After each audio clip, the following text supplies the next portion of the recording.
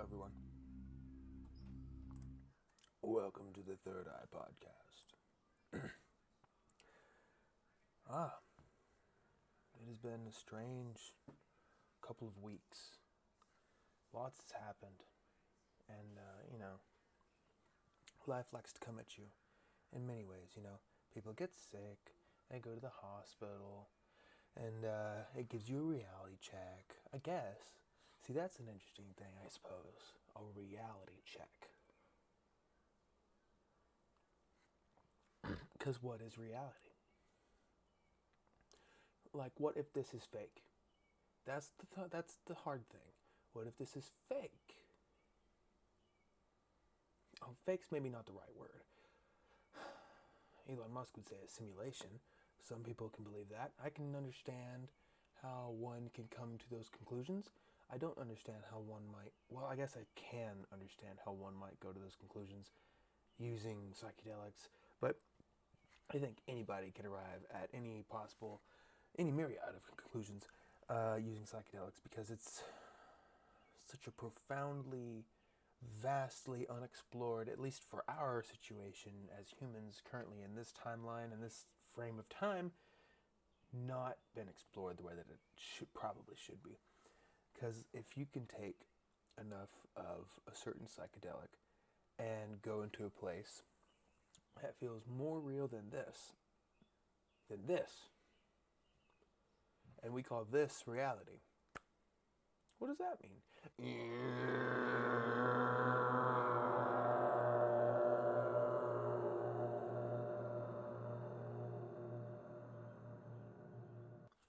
What is reality? I don't think any of us really know, but some of the trips that I had did have that kind of fleeting feeling of, because when you experience something that, I suppose, for me, there is a fine line between real and more real than this, because if you've ever had one of those lucid dreams, those can feel real. They can feel like you're actually there, and all of the things that you're doing, they can feel real. It's like you're actually doing them. So, what is that? And how could we possibly end up in a society where dreams are not perhaps studied more or understood more, or perhaps even left more open on the table than they are nowadays? Sure, people have written books about what dreams mean and what they're telling you when you have them, but I don't think that my teeth falling out mean the same thing as your teeth falling out. So if you say in a book, the reason your teeth are falling out is because you feel like you don't have control over your life, blah, blah, blah, that can mean so many things. Also, maybe your teeth are falling out because you don't brush your teeth. Is that possible?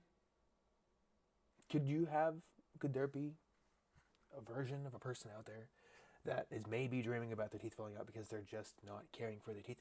What if you're having a dream of your teeth falling out because even if you're meticulously careful and hygienic and top of the line with your teeth, what if there's something your subconscious, or maybe some spirit self of you, or maybe who knows what, that's outside of yourself, that's trying to tell you something, or inside of yourself, deeply hidden inside of yourself, that's trying to tell you, even though you think 100% or 999,000% that you're likely doing the thing, like brushing your teeth, the right way, maybe you're wrong. Maybe you've been sold some snake oil. Maybe you're using the wrong toothbrush. I don't know what it is, but maybe, just maybe, your teeth are falling out in your dreams, even when you're taking great care of your teeth, and things for you seem like they're in control, and they're just falling out because Colgate's not the answer. Maybe that's it. However, who am I to say that my toothpaste that I use is better than Colgate? I know I have a friend. Well, it's been a long time since I've talked to him, but I guess I could still call him a friend. That always took really good care of his teeth. I feel like I never saw him without a toothpick on hand. Even back in like the old school days, he was pretty hygienic and he had very nice teeth. I wonder how his teeth are doing now. If he's still using Colgate, if he ever used Colgate, in fact, and if in fact, that he's dealing with any problems. See, because that's something I am usually not surprised to hear, is that, as diligent and careful as someone is doing a certain kind of routine or practicing a thing to try and maintain their health in a certain way, they still happen to be dealing with some kind of problem. So they think it's not the Colgate, it's me. Both can be right, sir. And you see, when both are right, what does that mean? What does that look like?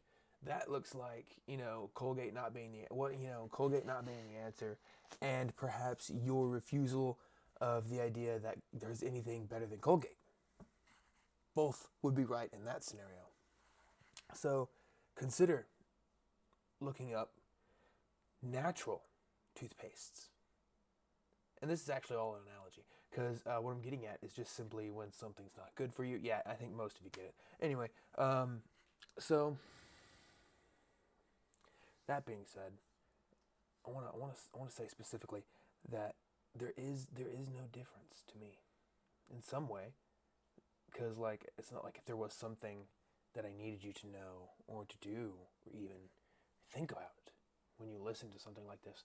I guess it would mean everything in the world to me if, for example, you just considered what I say. Because you don't have to listen to me, but you can hear some of the stuff I'm saying and articulate it to yourself in however which way that you will. And from that, maybe you'll get something. That's what we all want. We all want to get something. What am I trying to get out of this myself? It's kind of like a little bit of discipline at this point. It's good to just do it. I think it helps me get things out there that I'm thinking about. I have big plans, big projects in my mind that need to be expounded upon, and I need to be able to build them.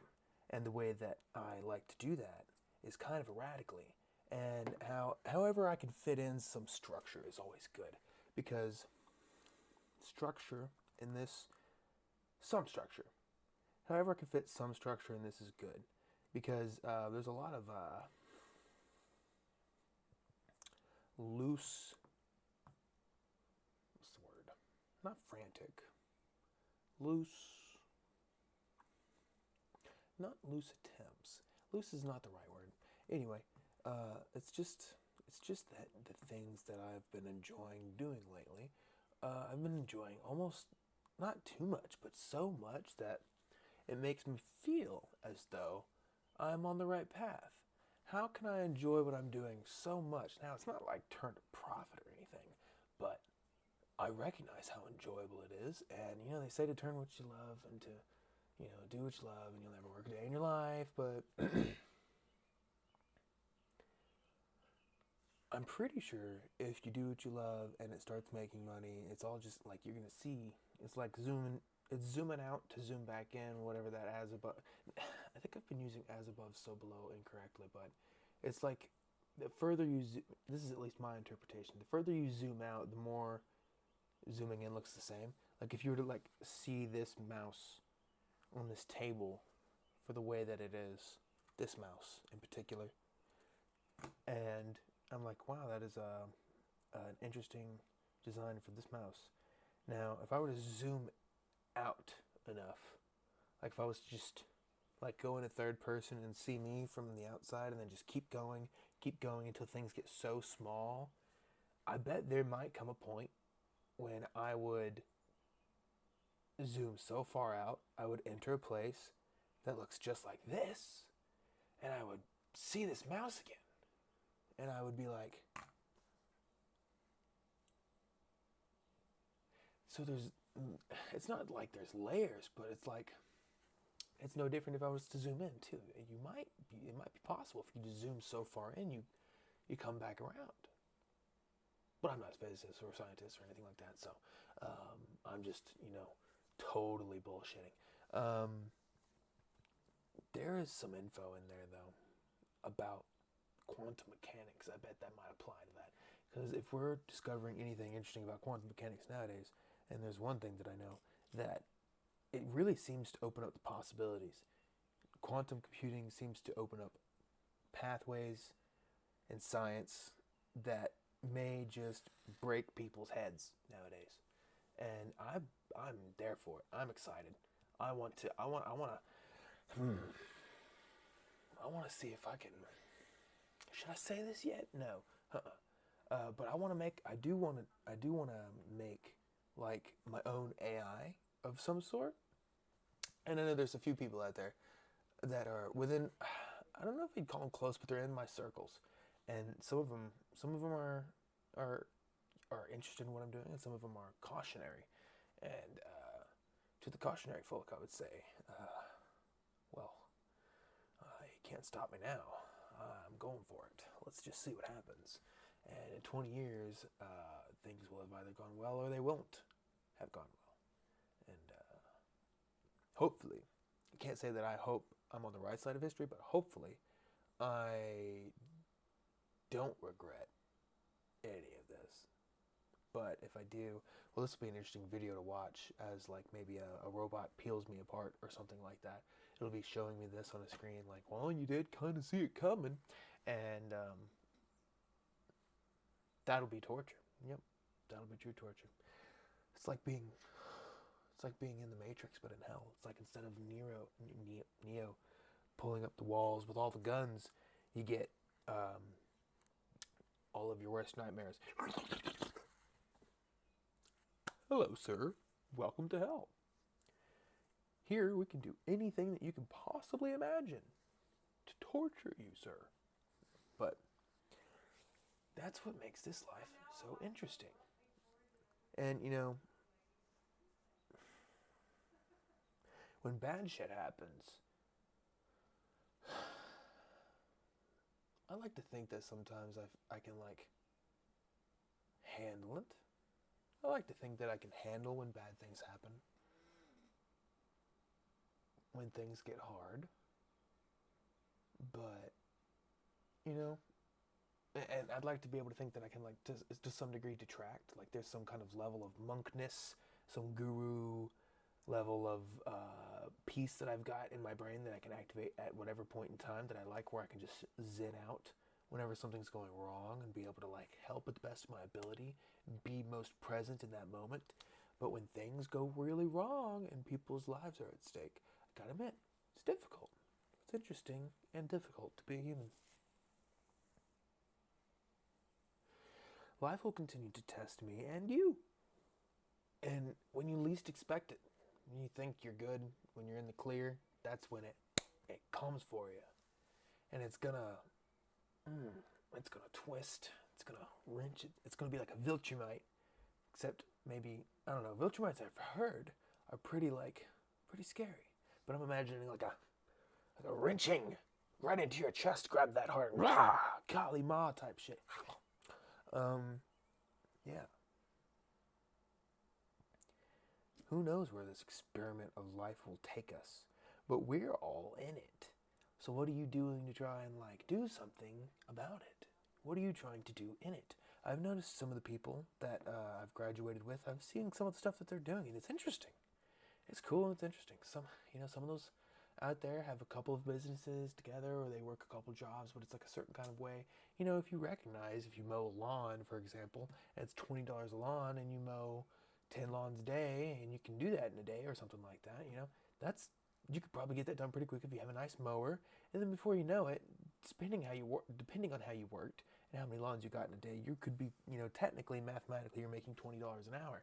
And that's no different than what some people make at, like, Amazon, FedEx, USPS. That's around the range that some of them are making nowadays. And that's pretty solid. And then if you can compound on that by, like, getting a small property, cleaning it up, making sure it runs well, that it's up to regulation, and then you rent it out or you Airbnb it, and then you can make, you know, that's good money you can make on the side. And you just keep building until, you know, you are plenty self-sufficient, and then you can turn those resources, that stream of financial, that pathway, into your future, and it will turn into everything you've ever wanted. And some people are doing that. And then there's others that are like, I don't know exactly what they're doing, but they're doing something. They're doing a project. It's interesting, and I try and support where I can. I like seeing people try and do things, because it's what we're. I don't want to say it's what we're here to do, but man, if you're not trying something while you're here, you're gonna have a hard time. It's not gonna be fun. It's not gonna be. You're not gonna find this thing probably that interesting if you like aren't. I mean, maybe so. I guess that's why we all live the way that we do. There's so many of us that there's literally there's almost like there's so many of us, enough of us to say that the possibilities of the ways to live out there is infinite.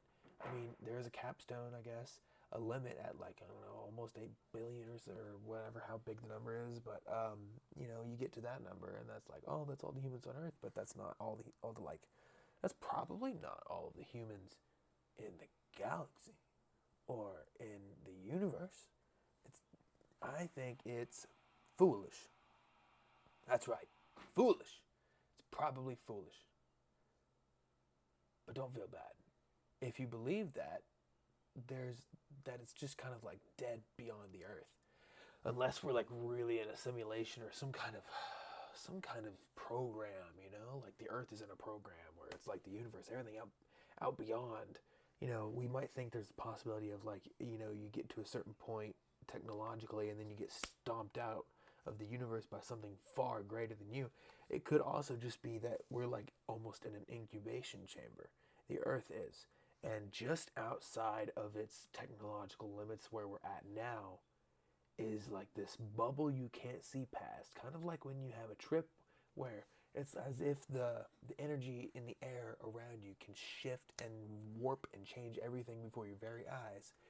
The very same thing could happen if you go far enough in space.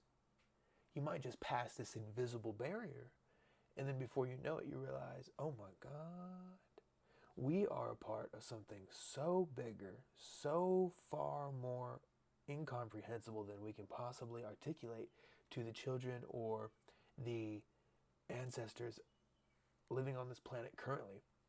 The people who are alive nowadays, it's too big for them to wrap their heads around. And when that's the case, I guess that's why some people might think to themselves, we can't like divulge the truth or something like that. But if we just spent more time divulging it, if we just, sure, there's a learning curve or something like that. There's a curve. There might be a couple million light bulbs that burst, but it's no different than taking all of the psychedelics. It's no different than having everybody finally have the opportunity to try freely these psychedelics that exist on our planet, and they might just proliferate across the galaxy and across many other planets. That might just be what makes it possible for us to communicate with seemingly alien or entity-like beings that completely blow our head off our imagination. How could we possibly imagine that? How could we possibly make that up? Our mind, our brain, how could it, like, when it's given that, that opportunity where it's met with absolute incomprehensible unbelievability, how can you still have the thought that my brain did that without at the very least thinking to yourself that my brain is far more powerful than I ever gave it credit? We're in a pickle, ladies and gentlemen. We're in a real pickle. The whole human race is in a real pickle. And I think we're about really, really pickled, man. We've been sitting in this vinegar for a hot minute. But and there's so many different ways this thing could end. We could end up in a giant laboratory for aliens, for them to dissect us and put us in little zoos and do to us what we've done to other animals. No different. That would be probably a highly intelligent, scientific kind of species, and I imagine they were just those kind of things would probably just be gathering data, and that might be a sucky way to go. But look at how we're doing it, and imagine just something more intelligent and less caring doing the same thing on a bigger scale. It's exactly what it would do to us, and it's exactly what may have already happened to some humans out there who've been abducted and never seen again. But it's also just as likely, unfortunately, that our own species has done that to our own species.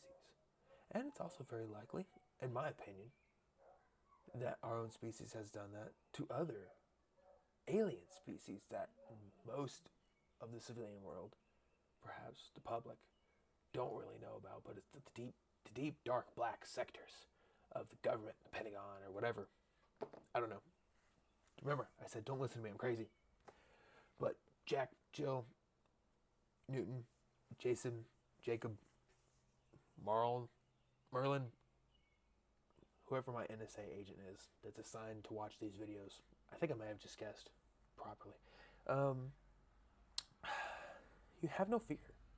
It's not like I really know anything. It's not like I really know anything.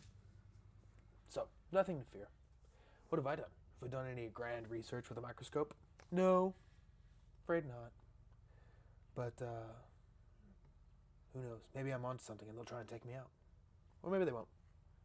However, I'm going to keep this one short as well. Maybe having a guest on soon. A nice little surprise for y'all. Please go and check out the music I've been making on Spotify. It's going up on YouTube now too in other ways. So, without any other ado, y'all have a nice day. Oh.